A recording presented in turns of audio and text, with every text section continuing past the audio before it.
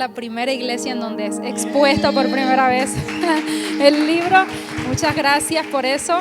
Estoy muy contenta de compartir con ustedes este libro que Dios me permitió escribir. Ha sido para mí un gran sueño concretado, un gran desafío, y ha sido una manera de abrir un pedacito de mi corazón para mucha gente que tal vez nunca en su vida me llegue a conocer en persona.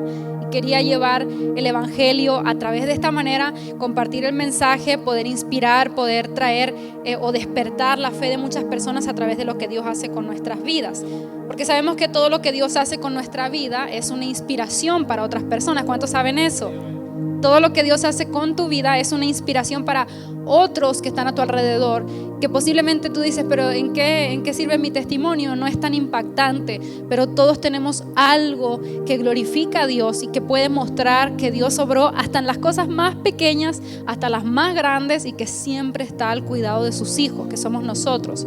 Dios siempre está al cuidado de sus hijos, y así como lo dice la pantalla, este libro se llama Si me dejas escribir tu historia. Y de acuerdo al título quiero compartirles el siguiente versículo, que es donde vamos a basarnos para comenzar a compartirles un poquito. Dice Salmo 139, 16: me viste antes de que naciera, cada día de mi vida estaba registrado en tu libro, cada momento fue diseñado antes de que un solo día pasara. Todo lo que yo iba a vivir desde antes que yo naciera ya estaba escrito en tu libro, y todo lo que iba a pasar, tú ya lo conocías desde antes que pasara un solo día de mi vida. Tenemos una historia, todos nosotros tenemos una historia que ha sido escrita por Dios desde mucho, mucho, mucho antes que naciéramos. Dios escribió una historia para nosotros, y está en nosotros decidir si queremos vivir la historia que nosotros mismos vamos a escribir e invitar a Dios a participar de la historia que nosotros mismos escribimos, o si queremos realmente vivir la historia que Dios escribió para nosotros y aventurarnos en ese desafío de montañas y valles, como lo decía la canción recién, de terremotos, de marea, de tormentas, en donde Dios nos dice una y otra vez: yo escribí esta historia. Tienes que seguir caminando porque yo escribí esta historia. No tiene sentido para ti ahora, pero yo la escribí para ti y va a tener sentido más adelante. Entonces quiero empezar por dos puntos iniciales. Uno es que tenemos todos nosotros un propósito colectivo en Dios, y nuestro propósito colectivo es ir a las naciones del mundo y predicar el evangelio en todas partes, hacer discípulos. Entonces nuestro propósito colectivo es dar a conocer a Jesús, porque el evangelio es Jesús. El evangelio es la vida de Jesús, el evangelio es la salvación de Jesús para nosotros. Y nuestro propósito colectivo es dar a conocer a todas las naciones del mundo a Jesús. Pero aparte de tener un propósito colectivo, todos nosotros tenemos un propósito individual. Y mi propósito individual tiene que contestar esta pregunta: ¿cuál es mi forma de aportar a esta misión? ¿Cómo es que yo voy a dar a conocer a Jesús al mundo? ¿De qué forma yo voy a ser parte de este gran objetivo que tenemos todos? Porque no todos lo vamos a hacer de la misma manera. Unos van a encontrar curas para enfermedades y esa es su manera de aportar al mundo que Dios ama. Otros van a encontrar facilidades para facilitar la vida de los humanos y esa es la forma en la que ellos van a aportar al mundo que Dios ama. Otros van a predicar en las naciones y esa es la forma en la que ellos van a aportar al mundo que Dios ama. Otros van a trabajar como bomberos y esa es la forma que ellos van a aportar al mundo que Dios ama. Entonces tenemos un propósito colectivo, todos nosotros dar a conocer a Jesús, pero tenemos un propósito individual, y nuestro propósito individual lo vamos a encontrar cuando nos contestemos a la pregunta: ¿cuál es mi forma de aportar a esa gran misión? ¿Cómo es que yo lo voy a hacer? Entonces a partir de esto quiero comenzar a compartirte mi historia. Y no me quiero extender, voy a ver la hora, no me quiero extender en esto porque yo empiezo a hablar y después no me quita el micrófono nadie. Después se me olvida, a mí que ustedes tienen hambre y todo se me olvida. Entonces vamos a compartir un poquito de esta historia y quiero que ustedes conozcan la historia del libro un poquito nada más, pero para que ustedes puedan ver la importancia de nosotros poder descubrir el propósito individual que Dios tiene con nosotros para poder ser útiles en la gran misión de Dios, que es dar a conocer a Jesús en todo el mundo.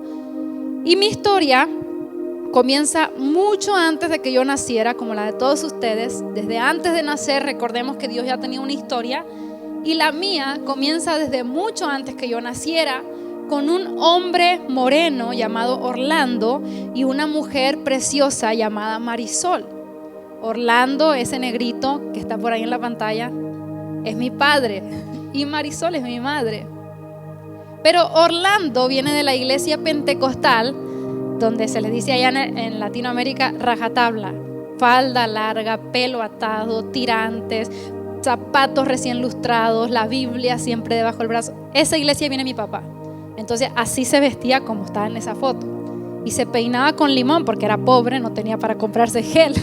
Se peinaba con limón, pero se creía la última Coca-Cola del desierto. Que todas iban a caer a sus pies, que no había nadie como él, que mujer que él le tirara la onda, mujer que iba a caer conquistada por sus encantos. Mi mamá, en cambio, empezó en el evangelio porque fue con mis abuelos, mis bisabuelos, que son sus abuelitos. Mis bisabuelos la llevaron a mi mamá a la iglesia, era la única cristiana de su familia. Y cuando tenía 4 años, Dios la sanó de una enfermedad terminal. Entonces ella entregó su vida a Dios a los 4 años. Y desde entonces empezó a servir en la iglesia con la música. Ella siempre estuvo en la música. Ella toca la guitarra y canta. Y creció en una iglesia que era como Vida Church. Más diferente al estilo de mi papá, más relajado. Entonces eran 2 polos completamente opuestos. Mi papá era el hombre que no se salía de la línea jamás, y mi mamá andaba con sus pantalones con todos así tajos, rajados, todos rotos, su chaqueta de cuero y su guitarra al hombro por si surgía alguna fiesta en la que ella tuviera que cantar, porque era bien fiestera. Y sacaba su guitarra y se ponía a cantar en todas las fiestas. Entonces, mis abuelos, que fueron nombrados pastores hace muchos años, empezaron a pensar que ya estaba lista la iglesia, ya estaba construida la iglesia, pero no tenían músicos en la iglesia. Entonces decían, bueno, ¿qué vamos a hacer? Porque no tenemos músicos, tenemos que elegir Tatetí, uno de nuestros hijos que vaya a aprender música. Entonces en esa elección salió mi papá. Bueno, el que va a ir a aprender música es Orlando. Y ahora, ¿dónde encontramos una maestra de música que le pueda enseñar? Entonces en esa búsqueda de la maestra, llegaron con mi mamá, a la que le preguntaron si podía enseñarle música para tocar en la iglesia, si le podía enseñar a tocar la guitarra. Y mi mamá le dijo, sí, yo no le cobro nada, le enseño gratis, porque yo enseño gratis a todos los músicos que quieran tocar en iglesias. Entonces ella empezó a ser la maestra de música de mi papá. Y déjenme decirles que hasta este día mi papá no toca la guitarra para nada.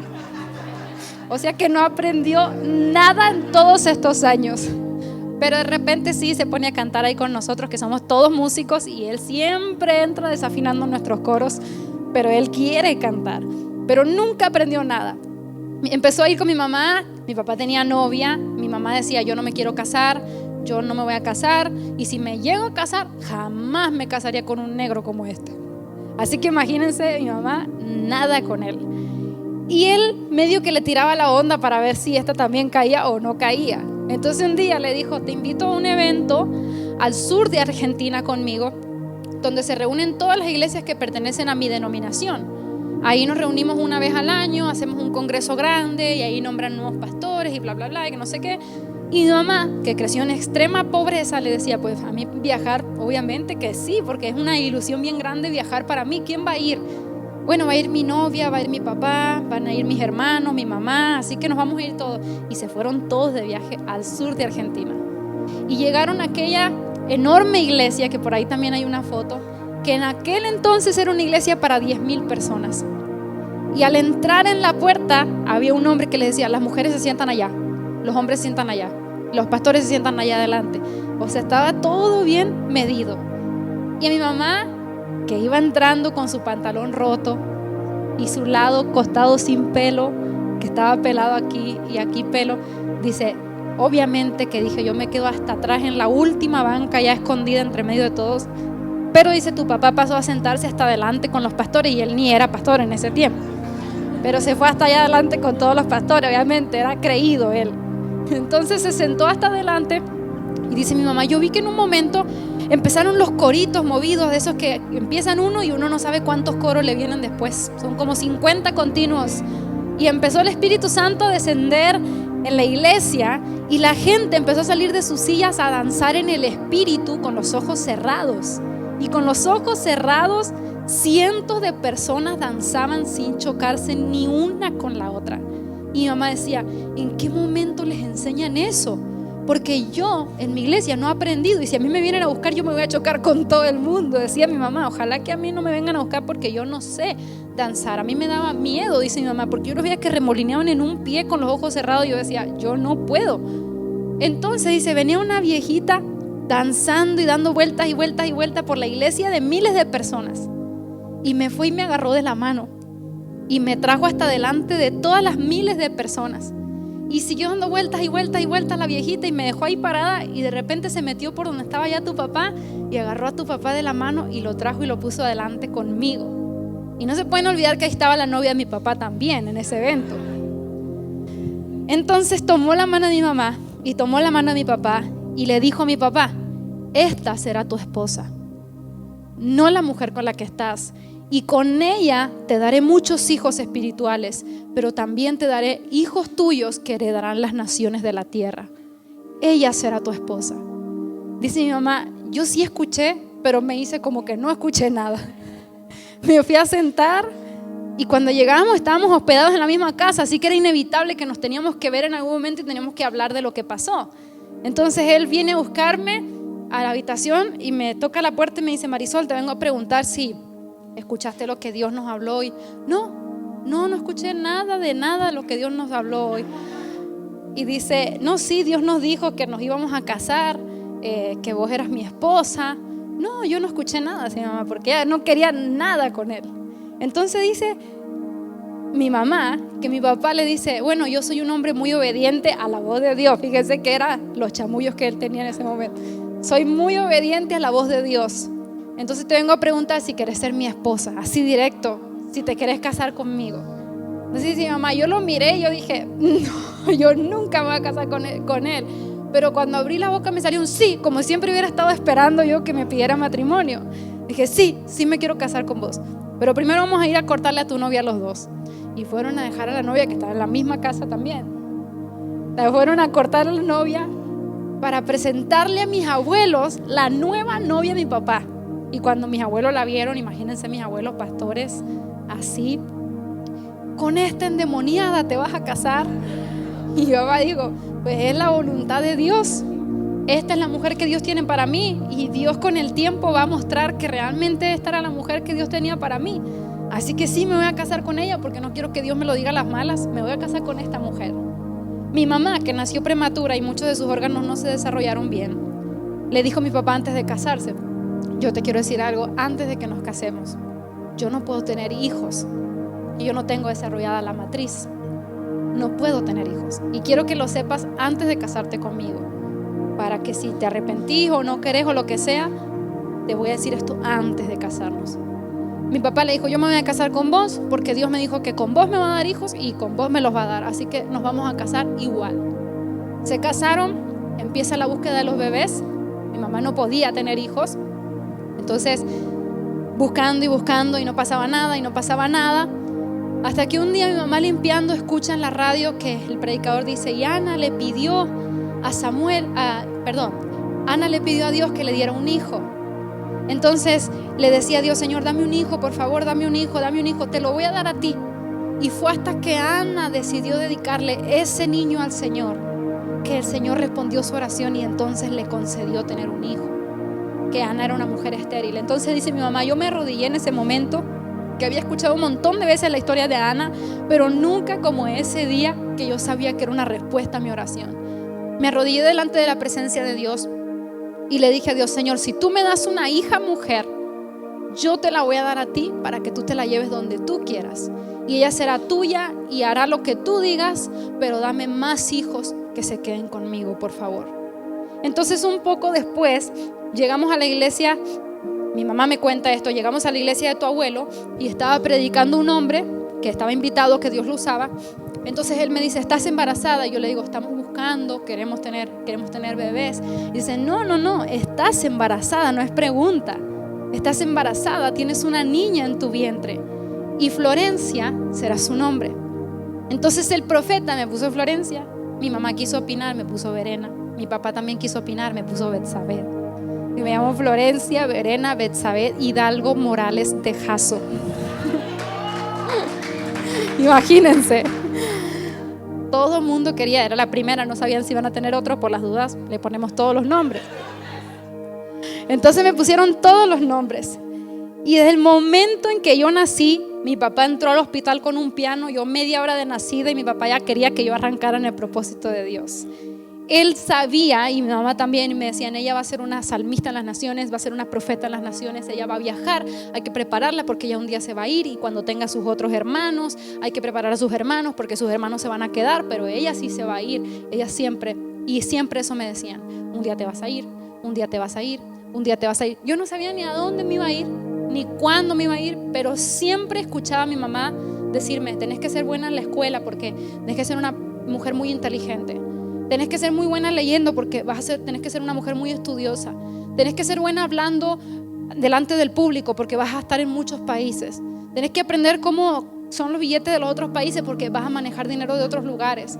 Tenés que aprender instrumentos diferentes porque si vas a una iglesia y tienen piano, puedes tocar el piano, pero si tienen guitarra, puedes tocar la guitarra, y si tienen batería, puedes tocar la batería. Tenés que aprender diferentes instrumentos para que puedas servir. Tenés que aprender esto y tenés que aprender esto y tenés que aprender lo otro y lo otro y lo otro, porque un día te vas a ir. Siempre escuchaba eso yo. Tuve 2 hermanos más, Pablo y Belén. Y ellos también crecieron en el evangelio como yo y también son personas llenas de propósito de Dios, pero el propósito que Dios tenía para mí era muy diferente. Entonces mi papá, en gran parte de mi infancia, fue un albañil, un constructor. Y aquí tal vez eso sea algo que ganen bien, pero en los países del sur es algo que se gana muy mal. Mi mamá era costurera y cosía cosas para la gente, como hacer los ruedos de los pantalones o arreglar cosas. Entonces yo aprendí a coser siendo muy muy chiquita porque mi mamá sufría la columna y ella recortaba y yo con la máquina cosía todo para entregar los pedidos a las personas. Mi papá albañil, mi mamá costurera. Nosotros en una pobreza enorme, enorme, de verdad que pasamos muchas cosas. Y mis papás nos decían, un día Dios te va a llevar a las naciones del mundo y Dios te va a usar y vas a ver que vas a viajar de un avión en el otro. Y yo decía, ¿cómo de un avión en el otro si ahora andamos en pura bicicleta los 5? Solamente teníamos 2 bicicletas y teníamos que los 5 arreglarnos para irnos a la iglesia con las bicicletas, así como, y eran del asiento que trae un resorte, del que está, así que cada vez que pedalea uno se baja el asiento. Así nos íbamos a la iglesia. Y mi mamá decía, un día te vas a ir aquí, te vas a ir allá, te vas a ir a esto, al otro. Pasamos mucha necesidad, mucha pobreza. Hubo un tiempo en el que no teníamos nada para comer, nada, absolutamente nada. Mi hermana Belén estaba pasando un proceso de enfermedad y todo el dinero que entraba era todo dedicado a sus medicamentos, todo dedicado a su tratamiento. Entonces no había nada de nada. Y cocinábamos con la leña que mi papá cosechaba de la parte de atrás de mi casa. Calentábamos con una parrilla ahí las ollas y todo porque no teníamos para comprar una garrafa que valía 10 pesos en ese momento. Y mientras estábamos ahí calentando agua para hacernos un té con pan solamente. Y mi mamá nos decía, vamos a sentarnos en la mesa y vamos a dar gracias por los alimentos. Entonces le dice a mis hermanos, a ustedes les va a tocar hoy dar gracias por los alimentos. Y mis hermanos, que obviamente como todos los niños son muy inocentes, empezaron a decir, bueno, ellos no veían nada de comida arriba de la mesa. Gracias por los tenedores, gracias por la mesa, gracias por las sillas, gracias porque ellos no veían la comida y estaban dando gracias por lo que ellos estaban viendo. Y cuando ellos terminaron de orar, mi mamá dijo, Señor, gracias por los alimentos que nos diste en este día, tú eres bueno, Señor, gracias. Y alguien toca la puerta, una de mis vecinas que también era cristiana, le dice, Marisol, estuve orando, le vengo diciendo a Dios que tengo ya ganas de empezar a dar las primicias, y entonces Dios me dijo que les trajera las primicias a ustedes cada día. Entonces de lo que yo haga de comer siempre voy a hacer el doble y te voy a traer una olla para que tú comas con tu familia. Y nosotros comimos por muchos días de la comida regalada de nuestra vecina.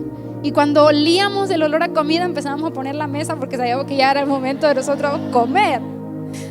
Pero mientras nosotros comíamos comida regalada en la mesa de mi casa, mis papás decían: ¿te imaginas cuando tu hermano vaya en un avión y vos vayas en el otro y estén en las naciones del mundo y Dios nos dé la gran iglesia que Él nos ha prometido? ¿Te imaginas cuando Dios haga eso real y cuando Dios nos bendiga por la fidelidad que hemos tenido en estos momentos? Y cuando Dios... Y yo decía: no puede ser esa fe en medio de un momento como esto, no puede ser.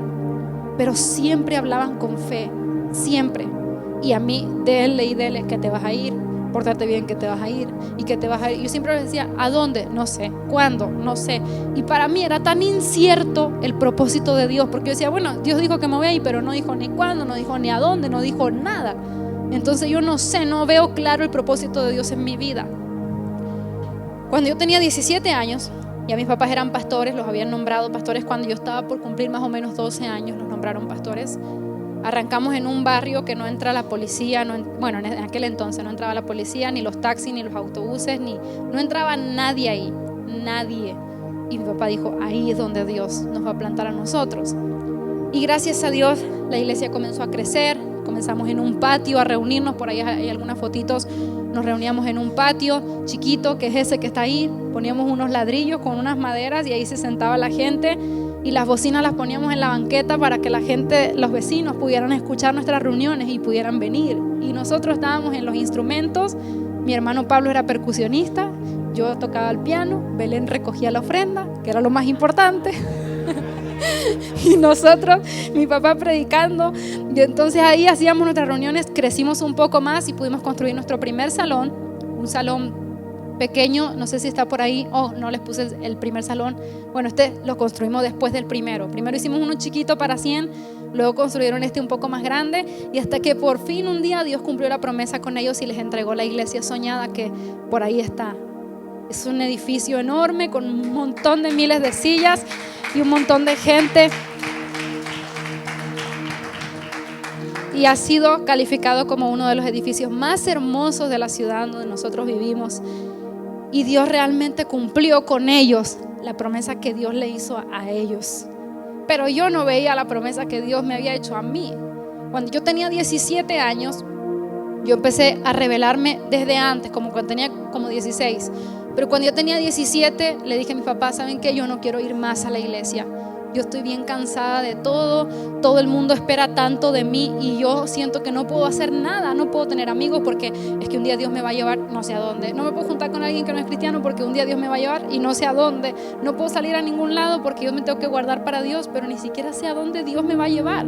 Tengo que estar todo el tiempo en la iglesia, era líder de muchas cosas, tenía 17 años. Al mismo tiempo estaba preparándome para entrar a la universidad de medicina y también estaba cursando todavía mi último año en la preparatoria antes de dar el salto para la universidad. Uno se prepara en ese último año para la universidad. Y tenía tantas cosas que hacer y al mismo tiempo estudiaba música y estaba en todo porque me sobrecargaban de cosas, porque es que tenés que hacer esto, tenés que hacer lo otro, tenés que hacer esto, tenés que aprender lo otro. Y yo sentía que yo no tenía una vida normal para nada. Yo le decía a mi papá: yo no he tenido juventud, no he tenido niñez, no he tenido adolescencia, yo no he tenido nada de eso. Yo siempre he estado en la iglesia, siempre me ha tocado servir, siempre he tenido que esperar a que ustedes atiendan a toda la gente para que luego puedan escuchar a ver qué es lo que me pasa a mí. Y yo no siento que mi vida sea normal y yo estoy cansada ya de eso. Entonces yo prefiero irme de la iglesia. Me quiero ir de la iglesia, me quiero ir de Dios, no quiero saber nada. Yo nací siendo cristiana. Yo no sé si realmente a mí me gusta ser cristiana porque yo nací ahí, yo no he conocido nada más, nunca he conocido nada más. Entonces tal vez todo esto es porque ustedes me metieron aquí adentro, pero tal vez esto no sea lo mío. Y uno a veces, porque eso me pasó a mí a los 17 años, pero eso puede pasar en cualquier momento de tu vida y a veces hasta 5 veces en diferentes etapas de tu vida, en donde uno duda de cuál es realmente su verdadero propósito y cuál es realmente el lugar donde Dios te quiere tener. Uno tiene dudas. No entiendo por qué estoy aquí, no entiendo esto, no entiendo nada, no entiendo por qué me está pasando. Y entonces lo más fácil, huimos. Y soltamos todo y no, ya sabes qué, ya me cansé, huimos. Y la bendición de Dios o el propósito cumplido de Dios es para los que persisten. No estamos obligados a estar siempre persistentes, porque hay momentos en los que nos vamos a debilitar. Pero la idea es que siempre podamos regresar otra vez al camino de nuestro propósito y no perdernos la oportunidad de vivir esa historia. Entonces me fui al mundo como un pájaro que le abrieron la jaula por primera vez en toda su vida, imagínense. Entonces quería probar todo lo que mis papás me habían dicho que no podía hacer. Drogas, alcohol, fiestas, relaciones, rebeldía, malas juntas, marihuana, todo. Yo quería probar todo lo que ellos me dijeron que no podía probar. Quería conocer el mundo entero en ese instante que sentí que había salido de la jaula. Y me escapaba por la puerta, y después mi mamá se empezó a llevar la llave abajo de su almohada cuando se iba a dormir. Me escapaba por la ventana, después pusieron rejas a la ventana y me salía. Teníamos una piscina atrás, me subía al techo y me salía. Yo dije, al techo no le van a poner rejas, me voy. Era rebelde. Y en medio de las fiestas yo decía, yo quiero pertenecer a este grupo de mis amigos, porque yo quiero ser como uno de ellos, porque ese era mi mayor deseo en aquel momento. Quiero ser uno de ellos. Y ahora que lo veo, digo, pues quiero ser uno más del montón. Es lo que le estaba diciendo a Dios en aquel entonces, que no tenía sentido, pero no lo podía ver en ese momento. Yo decía, yo quiero pertenecer, quiero ser como ellos, quiero que ellos vean que yo puedo hacer todo, porque siempre me decían la hija del pastor. Y yo decía, no, yo te voy a mostrar que yo puedo hacer más de lo que vos haces, aunque yo sea hija de pastor. Y empecé a hacer de todo. Y en las fiestas me emborrachaba. Al principio fácil, luego no tan fácil, porque aprendí a ir tomando más. Las fiestas en Argentina empiezan como a las 12 de la noche, 1 de la mañana y terminan a las 6, 7 de la mañana. Son todas las fiestas en las discotecas, todo durante la madrugada donde la gente duerme. Entonces yo me iba cuando todos se acostaban a dormir y trataba de llegar antes que todos se despierten. Me metía a la cama, según yo, para que nadie se diera cuenta que yo había salido, y toda mi ropa olía a cigarro, alcohol, a humo. Pero yo decía, no se van a dar cuenta que yo salí, y todo el cuarto olía a lo que yo había ido a hacer. Cuando yo empecé a llegar borracha más seguido, porque cada vez que salía a una fiesta, cada vez me quería emborrachar más, porque quería ser parte de mi grupo. Y la única manera en la que yo me podía portar como ellos es perdiendo la noción de la conciencia. Porque yo decía, no siento que pertenezca aquí, pero quiero pertenecer aquí. No siento que este sea mi lugar, pero quiero que este sea mi lugar, y me tengo que obligar a que este sea mi lugar. Y entonces empezaba a esforzarme por encajar. Me emborrachaba. Llegaba borracha a mi casa y mi papá siempre estaba sentado en la sala de mi casa esperándome a las 6, 7 de la mañana que yo entraba. Y cuando yo abría la puerta, yo esperaba que me dijera, ¿por qué te fuiste? Mira lo que hiciste, que bla, bla, bla, que eso y que lo otro. Pero cuando abría la puerta, mi papá decía, ahí viene mi salmista a las naciones. Y yo me venía tambaleando de la borrachera. Yo decía, este también se debe haber tomado todo el vino de la Santa Cena, y ahora me está diciendo cosas que no son, cosas que no están pasando, porque no me está viendo que huelo alcohol, me estoy tambaleando de lo borracha, y él me está diciendo eso. Y me daba un abrazo y me decía, yo sé que un día te voy a ver por Facebook, y te voy a ver en YouTube, y te voy a ver en la tele, y te voy a escuchar en la radio, porque Dios me lo ha prometido. Y un día, y yo decía, no puede ser que me digas eso, porque yo no soy nada de eso, ni nunca quiero ser nada de eso, ni voy a hacer nada de eso jamás. Otro día llegaba y mi papá decía, ahí viene mi profeta a las naciones, la mujer que va a sanar muchas vidas en muchos lugares del mundo. Esa es mi hija, y un día la voy a ver por muchos lugares. Y cada vez que yo entraba, cada vez que yo sabía que iba a abrir la puerta, decía, ay, ahora va a empezar como pastor a decirme cosas y a orarme, a ungirme. Y yo decía, no puede ser. Yo detestaba ese momento. Pero al mismo tiempo, cada vez que él me abrazaba después de decirme muchas cosas, yo decía, yo siento que este es el abrazo de Dios recordándome que yo tengo una historia escrita. Y aunque yo me quiera escapar, tengo una historia que Él tiene escrita para mí. Hay gente que nace para Dios, definitivamente, 100%. Hay algunos que tienen la oportunidad de elegir un poquito más, alejarse de Él, vivir para Él. Pero otros de nosotros nacemos para Dios 100%, y nuestra vida no existe si no existe Dios en nosotros. Y yo me sentía así. Yo decía, no puede ser, ¿por qué no me puedo apartar de ti? Estoy en las fiestas borracha y le estoy diciendo a mis amigos, pero yo amo a Dios.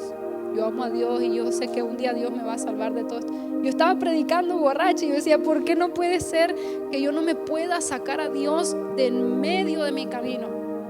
Porque yo le pertenecía 100% a Dios. Ese había sido el pacto de mi mamá. Ella va a ser tuya 100%, y los demás pues se pueden quedar si quieren, pero ella no tiene opción. Ella es tuya completamente. Cuando empecé a pasar un tiempo. Mi papá un día me recibió llorando y me dijo: sabes que me siento muy triste de verte de esta manera, porque yo me estaba destruyendo como ustedes no se imaginan. Y me decía: papá, me siento muy triste de verte de esta manera. Yo he sido un mal padre. Y yo decía: no ha sido, porque yo amo a mi papá de una manera muy especial. No ha sido un mal padre conmigo. Yo te amo y yo no te quiero hacer sufrir, pero también quiero hacer mi vida y necesito que entiendas. Mi papá me dijo: yo no quiero verte así porque me duele, me haces llorar. Yo lloro mucho cuando me acuesto, lloro cuando me levanto, lloro porque no sé qué te está pasando, no entiendo, que bla, bla, bla. Y yo, por verlo llorar delante mío, le dije: no voy a volver a salir nunca más. Entonces hicimos una promesa y le digo: te prometo que esta fue la última noche que yo salí en mi vida. Yo no vuelvo a salir más porque no te quiero lastimar más el corazón como te lo he lastimado hasta hoy. Hice una promesa con mi papá. Mis amigos me llaman y me dicen: no sabes, hoy hay una fiesta tremenda, que bla, bla, bla, que esto y que lo otro, y tenés que ir, no te la puedes perder porque va a estar buenísima. Y le digo yo: es que yo acabo de hacer una promesa con mi papá que no voy a salir más, que esta es la última salida. Y mis amigos me dicen: pues si te vas a retirar tenés que hacerte una despedida. Y dije yo: no, pues sí, es verdad, tengo que hacerme una despedida, entonces va a ser esta la última noche. Ese día me escapé, me fui con mis amigos. Ya había hecho una promesa con mi papá. Cuando llegamos a la fiesta, todos mis amigos dijeron: bueno, nos encontramos en la puerta a las 6. Todo el mundo haga lo que quiera, todo el mundo piérdase, haga lo que quiera. A las 6 nos encontramos en la puerta. Así era siempre. Y yo bailaba siempre con muchachos que tuvieran vaso de alcohol para no comprarme mi bebida. Yo era borracha inteligente, fíjense. En aquel entonces le quitaba los vasos a los muchachos con los que bailaba. Entonces uno de esos muchachos me invita a bailar y yo veo que tiene un vaso lleno y dije: bueno, pues sí, bailamos. Salimos a bailar y todo, y mis amigos estaban por ahí cerquita riéndose, y yo, con ese deseo tan grande de querer demostrarles que yo era parte de ellos, tomé el vaso y me lo tomé hasta el fondo de un solo sorbo. Y en el fondo del vaso había pegada una pastilla de droga que yo sabía lo que era, pero yo me había negado a probar, porque yo sabía que si la mezclaba con alcohol, si acaso media pastilla, eso era un caos. Y en el momento que vi la pastilla pegada en el fondo del vaso y sabía que ya me había tomado todo el vaso con la pastilla, entonces pensé: me tengo que ir ya, me tengo que ir ya, porque yo sé lo que esta pastilla hace, yo sé lo que es. Entonces empecé a buscar a mis amigos, porque empecé a marearme, empecé a descompensarme, mi cuerpo se empezó como que a dormir, pero mi mente estaba consciente y yo estaba todavía buscando a mis amigos. Y en un momento me senté en el piso de la discoteca donde estábamos, y una persona se acercó y me dijo: ¿querés que te llevemos a tu casa? Entonces le dije yo: sí, por favor, llévenme a mi casa. Ellos me tomaron, me cargaron en el auto de ellos, y ellos llevaban una fiesta arriba del auto, cigarro y alcohol y todo, y yo iba en la parte de atrás anestesiada completamente, pero mi mente estaba consciente. Y yo les decía a ellos: mi casa no es acá, mi casa no es por acá, no es mi casa, por acá. Entonces ellos me decían: sí, ahora te bajamos, no te preocupes. Llegamos a un lugar, ellos me bajaron del auto, y aquella noche fui víctima de un abuso sexual. Todos ellos me patearon hasta que se cansaron, me usaron hasta que se cansaron, y luego se fueron. Y mientras todo eso pasó, aunque mi cuerpo no respondía para nada, mi mente todo el tiempo estuvo consciente. Y yo miraba al cielo y le decía a Dios: nunca te lo voy a perdonar, nunca en mi vida te voy a perdonar que me hayas hecho pasar por esto, porque yo culpaba a Dios de lo que me había pasado. Y yo le decía a Dios: no puedo creer que hayas permitido que me pase esto a mí, porque si hay gente que se va y viene y se va y viene las veces que se le da la gana, y yo nomás una sola vez yo que me he ido para no estar en los dos mundos al mismo tiempo, y tú me haces esto, porque yo estaba enojada con él. Le decía a Dios: yo nunca en mi vida voy a volver a ti, nunca voy a regresar, aunque me hayas hecho pasar por esto, no me vas a hacer volver, porque no te voy a perdonar esto que me acaba de pasar. Cuando ellos se fueron y cuando a mí se me bajó por fin el efecto de la droga, tomé mis zapatos, caminé hasta mi casa. No sé cuántas calles caminé, no tengo ni idea cuántas calles caminé. Y mientras todo el camino iba a casa, y yo pensaba: no les voy a decir a mis papás, porque ellos son pastores, y si yo les digo, ellos me van a querer defender como papás, pero van a arruinar todo lo que han logrado como pastores. Y yo no puedo hacer que por culpa mía ellos renuncien a lo que tanto trabajo les ha costado conseguir. No les voy a decir. Prefiero no decirles: ya está, ya pasó, me lo voy a guardar para siempre, nunca nadie lo va a saber. Y yo me la aguanto y voy a salir de esto de ahora en más. Cuando llegué a mi casa, mi papá, que siempre me esperaba sentado en la sala, pero ya era mucho más tarde de lo habitual, me dijo: sos una egoísta. ¿Cómo puede ser que llegues a esta hora? Estamos con el corazón en la boca y vos mirás, venís toda enterrada seguramente de fiesta. ¿Por qué nos haces esto? Ya había hablado con vos ayer, me prometiste que no ibas a salir. No puede ser. El hombre que siempre me esperaba diciéndome cosas, el único día que sí quería yo que me dijera algo, fue el día que me dijo que yo los había asustado mucho, y lo entiendo porque es mi papá y mi mamá y me aman y se preocuparon porque yo había llegado muy tarde. Entonces yo empecé a llorar y le dije a mi papá: yo me quiero morir. Y no le podía decir nada, no le podía hablar nada porque decía: no te puedo hacer eso, yo no te puedo hacer eso, pero yo me quiero morir y no quiero vivir más y ya me cansé y bla bla bla.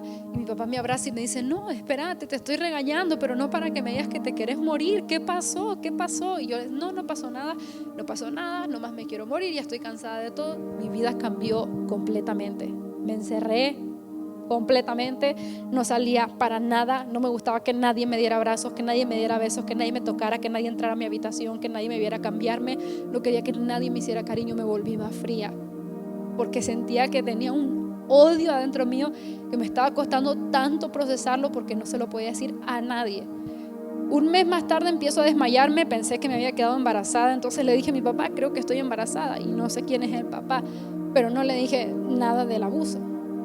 Él me llevó, obviamente, imagínense toda la regañada que me dio todo el camino. Llegamos, el doctor dijo: no, embarazo no es, pero me parece que es algo en el corazón. Fuimos al corazón: no, el corazón no es, pero me parece que es algo aquí. Fuimos allá: no, tampoco los pulmones, pero se me hace que es algo aquí, no, tampoco es aquí. Y empezaron a mandarme de uno a otro. Yo dije: algo está mal aquí.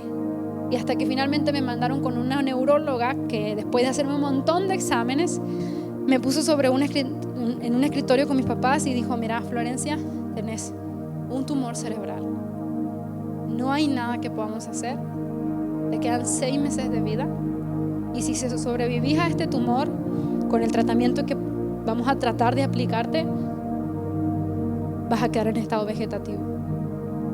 Esas son tus 2 opciones y no tengo nada mejor que ofrecerte: la muerte o el estado vegetativo. Yo dejé de escuchar a la mitad de todo lo que ella habló, todo lo que ella dijo después, y me hundí adentro de mí y pensé: pues, me voy a morir, y el Dios que me hizo un montón de promesas y me dijo un montón de cosas, pues se olvidó de todo lo que dijo y no era verdad, y me dijo esto y me dijo lo otro, pero no era verdad. Dios me falló y Dios me hizo esto, me dejó sola cuando me abusaron, no hizo nada cuando me fui de la iglesia, y no hizo nada ahora que me están dando este diagnóstico de muerte, y yo no voy a volver jamás a Dios de esta manera, porque yo sé lo que estás haciendo, tratando de ponerme entre la espada y la pared para que yo regrese a ti, pero alguien que ama no hace eso, y tú me estás haciendo eso, porque yo pensaba en mi noción equivocada, o la noción equivocada que tenemos a veces, que todo lo malo que nos pasa es porque Dios nos quiere castigar por algo que hicimos, cuando Dios es un Dios de amor y de misericordia, solamente que a veces corremos tan lejos de sus brazos que aunque Él se extiende para defendernos, estamos por allá, no le permitimos que nos pueda defender, porque somos desobedientes, queremos vivir en pecado, queremos vivir en tinieblas, queremos vivir en oscuridad, queremos hacer todo como se nos da la gana, y después: Señor, tú tienes la culpa. Pero si yo estoy tratando de acceder a ti de todas las maneras y no puedo porque tú no me dejas acceder a ti, pero yo culpaba a Dios. Me encerré en una depresión enorme. Mi mamá y mi papá traían a todos los pastores. Yo le dije: no quiero que le cuenten a nadie lo que está pasando. Si me voy a morir y no me interesa. Mi papá parece que le había hecho a mi mamá publicarlo en todos lados, y llamar a todos los pastores que conozcas para que me vengan a ungir, y venían a mi casa, y yo: no me vas a tocar, no me vas a poner un dedo encima porque yo no te voy a dejar que me ores y no sé qué. Y me empezaban a decir: te reprendo, Satanás, y que bla bla bla, que no sé qué. Y yo decía: no es Satanás, soy yo que estoy diciendo que no me vas a poner ni un dedo encima. Estaba rebelde contra Dios. Yo no quería saber nada con Dios. Y mientras me bañaba, a veces que lloraba, me tuve que cortar el pelo, mis uñas se empezaron a poner amarillas, empecé a perder peso, el tratamiento empezó a hacerme daño. Y mientras me bañaba, a veces le decía a Dios: ¿por qué no puedo evitar hablar contigo? Aunque no quiero saber nada de ti, siempre estoy hablando contigo, aunque sea para quejarme, siempre estoy hablando contigo. Y me da rabia porque no quiero hablar contigo, pero sigo hablando contigo. y me dormía y soñaba cosas. Y decía, Dios, no me muestres nada, que yo no quiero ver nada. Yo no quiero ver nada de ti. Muéstrale a otro, usa a otro. Estaba enojada. Y muchas veces le he dicho a Dios, Señor, gracias por no haber escuchado ni una de todas esas oraciones. Pero en ese tiempo estaba muy furiosa con Dios. Entonces, un jueves decidí y tomé la decisión de suicidarme. Ya tenía 3 meses del tumor y me quedaban solamente 3 meses de vida. Era diciembre, entonces yo fui a la farmacia, pues estaba estudiando medicina, entonces tenía una credencial que me permitía acceder a ciertos medicamentos y elegí las pastillas para suicidarme. Cuando compré las pastillas, caminé a mi casa y cuando iba a mi casa le dije a Dios, Señor, tal vez no me escuches esta oración porque estoy tan lejos de ti que ahora tal vez no escuches nada de lo que te voy a decir. Pero si acaso me estuvieras escuchando, te doy 3 días para cambiar mi vida para siempre. Y si tú no haces nada en 3 días, yo me voy a suicidar y esta es mi decisión final. Si tú no me vas a cambiar la vida al 100%, entonces esta es mi decisión final. Caminé a mi casa, pasó el viernes, el sábado y llegó el domingo, el día 3 que yo le había dado a Dios. Yo había elegido ese día porque era la reunión de fin de año de mi iglesia. Mis papás, mis tíos, mis abuelos, mis primos, todo el mundo iba a estar en la iglesia y nadie me iba a poder interrumpir. Por eso había elegido yo el día domingo. Cuando todo el mundo se fue a la iglesia, yo tomé mi ropa para suicidarme. Escribí un papel para mis papás. Saqué las pastillas de su envoltura, me senté en la sala de mi casa y le dije a Dios, tú no hiciste nada por mí en 18 años. Ya tengo yo 18 años. No hiciste nada cuando me fui de la iglesia para alcanzarme otra vez. No hiciste nada la noche que me abusaron. No hiciste nada el día que la doctora me dijo que me iba a morir y no has hecho nada estos 3 meses que me he estado muriendo en vida aquí en mi cuarto. Nunca hiciste nada por mí. Pero si tú me hubieras mirado un solo segundo de mi vida hubiera sido muy diferente. Porque yo sí había creído en tus promesas, pero no vi ninguna y entonces me desesperé. Pero si tú me hubieras mirado un segundito, mi vida hubiera sido muy distinta. Entonces la puerta de mi casa comienza a sonar, Florencia, abrime. Y yo había dicho, yo no le voy a abrir a nadie. Eran las 6:30 de la tarde.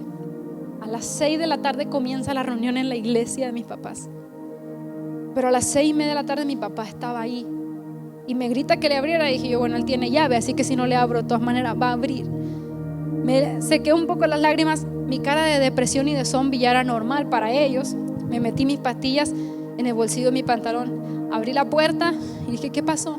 ¿Por qué estás aquí? Yo pensé que se le olvidó algo. Me dijo, no, te están esperando en la iglesia. Subite al auto que nos vamos ya. Y yo era una fashionista. Yo no iba a ningún lado si no me echaba 1 kilo de maquillaje y los tacones más altos que tuviera y toda la ropa que yo tuviera. Y yo decía, no, yo no a la iglesia todavía no me puedo y no me he arreglado, ni me he bañado, ni nada. Y mi papá me agarró por primera vez a la fuerza. Porque mi mamá era un clon del señor Miyagi. No sé si han visto las películas. Experta en karate y yo soy cinturón amarillo, negro, naranja, blanco, todo lo que ustedes quieran. Pero mi papá era de las palabras y de las pláticas. Ese día me agarró a la fuerza. Me subió al auto, me llevó a la iglesia y todo el camino yo no voy a entrar. Yo cuando abra la puerta, yo no pienso entrar a la iglesia, yo no quiero ver a nadie allá adentro, yo odio a todo el mundo, yo no quiero ver a nadie. Cuando me bajé en la iglesia me puse hasta allá atrás en la pared y me apoyé hasta allá atrás. Yo estaba debilitada, me veía como un zombie ese día y estaba a punto de morirme. Y toda la gente sabía eso, entonces la gente decía, ya ves que andaba de rebelde y mira lo que le pasó, porque andaba de rebelde y que lo yo decía, ¿cómo no me sale láser de los ojos? Y yo podría tirar láser a quien yo quisiera. Y yo decía, Señor, siento tanto odio en mi corazón, porque yo sabía que necesitaba a Dios, pero a veces las personas eran un estorbo para que yo pudiera correr libremente al Dios que yo necesitaba en ese momento. Entonces cuando por fin miré adelante y dejé de estar mirando a las personas que se secreteaban, vi una mujer morena con los pelos que parecía que había metido los dedos así en un enchufe y se le había peinado así para arriba, y unos tenis todo desalineado y un saco todo desalineado y un jeans todo desalineado. Yo decía, esta reunión de fin de año la gente viene elegante. Argentina es un país muy, muy del tango y las copas y el vino y todo, es muy elegante. Y dije, esta mujer ¿qué hace así en la reunión de fin de año? Parece una bruja.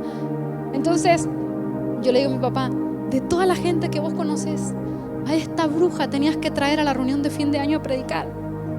atrás en la iglesia platicando y la gente cantando y ella adelante así, miren, porque es bien ocurrente. Y de repente le hace a todo el mundo: paren todo, que se pare todo, es ella, ya llegó, es ella, sí, es ella, tú ven, si eres tú, un aplauso, ya llegó. Y yo dije, mi mamá ya le contó que yo estoy enferma. Y entonces ella, en lugar de ir a orar a mi casa como todos los demás, quiere venir a hacer un show aquí delante de todo el mundo. Y a mí no me va a poner un dedo encima, así que no voy a pasar para adelante. Y mi papá me iba empujando de aquí, la gente aplaudiendo, y mi papá empujándome, y yo diciéndole: soltame porque me quiero ir todo el camino. Hasta que llegué aquí adelante del altar. Y ella se agacha hasta donde yo estoy y me dice: te voy a decir una cosa, mi nombre no es bruja. Mi nombre es Edenis. Así arrancó. Y yo dije: mente en blanco, ahora mismo, ya. Y ella me dijo: te voy a contar una historia para que cambies esa cara que tienes. Así me hablaba, como yo le hablaba a Dios, así me hablaba ella a mí. Te voy a contar una historia para que cambies esa cara que tienes. El día jueves, ustedes sí se acuerdan qué día yo compré la pastilla, un jueves. Yo estaba con mi esposo comiendo arroz porque yo soy colombiana. Y cuando estábamos comiendo arroz, descendió el Espíritu Santo y me dijo: vete a Mendoza, busca a Florencia. Y yo, así como estaba, me tomé un vuelo y vine a Mendoza, que nunca he venido en mi vida. Y cuando me bajé en el aeropuerto, le pregunté a un señor: ¿usted conoce a Florencia? Y me dijo: señora, hay más de 1 millón de Florencias en Argentina. ¿Cómo es el apellido? No, yo no me sé nada, nomás sé que se llama Florencia y es de Mendoza. O sea, hay muchas Florencias. Entonces empecé: ¿usted conoce a la Florencia que yo ando buscando? Imagínate, dice: yo no sé ni cómo hacer para encontrarte. Viernes te estuve buscando, el sábado te estuve buscando, y el domingo le dije a Dios: si tú no me dices dónde está esa mujer, yo me voy de nuevo a mi país, porque yo no estoy aquí para andar perdiendo mi tiempo con alguien que yo no conozco. Y entonces el Espíritu Santo me dice: Las Tipas y Tamarindo. Entonces me subí a un taxi y le dije al taxi: Las Tipas y Tamarindo, por favor. Y el taxi me trajo a esta esquina. Mira que esta calle se llama Las Tipas y que esta calle se llama Tamarindos, y la iglesia está en una esquina. Y cuando yo vi el cartel aquí que decía iglesia y todo, ya la reunión había comenzado aquí, pero entré corriendo aquí adelante y había un hombre moreno aquí intentando cantar. Ya se imaginan quién es. Y si cuando me acerqué a él, le dije: disculpe, ¿usted es el pastor? Sí, yo soy el pastor. Es que yo necesito hablar con Florencia, yo no sé quién es, pero es urgente. El Espíritu Santo me dice: es urgente, habla con Florencia. Entonces necesito hablar con ella. Y dice: es mi hija, está en mi casa. Bueno, usted vaya, búsquela, yo le cuido el micrófono. Entonces tu papá, en la mitad de la reunión, salió a buscarte, mientras yo me quedé aquí esperando que él te trajera. Nunca te he visto en mi vida, jamás. Pero cuando volteé para allá atrás y te vi, el Espíritu Santo me dijo: mírala, es ella. Y entonces yo dije: es ella, aplaudan, ya llegó, es ella. Y cuando tú venías caminando, yo siempre lloro en esta parte de la historia, porque siempre me acuerdo y le doy tantas gracias a Dios porque hiciera eso por mí. Tú venías caminando para acá y yo le dije a Dios: bueno, me dijiste que se llama Florencia, que es de Mendoza, Las Tipas y Tamarindo y todo, pero no sé ni qué le voy a decir. Hasta que tú venías caminando para acá y Dios me dijo: dile que no es tiempo de morir, dile que es tiempo de vivir y que te dé las pastillas que están en su bolsillo para suicidarse. Entonces yo, que me olvidé de que me había puesto las pastillas en el bolsillo del pantalón, metí mi mano en el bolsillo y sentí que estaban las pastillas ahí, y delante de todo el mundo saqué mis pastillas y las puse en la mano de esa mujer que acababa de conocer. Y ella me tomó la mano y me dijo: ¿qué presencia de Dios hay dentro de ti? Yo decía: yo ni vengo a la iglesia, estoy enojada con Dios, ni quiero saber nada con Dios. Ella me decía: hay presencia de Dios dentro de ti.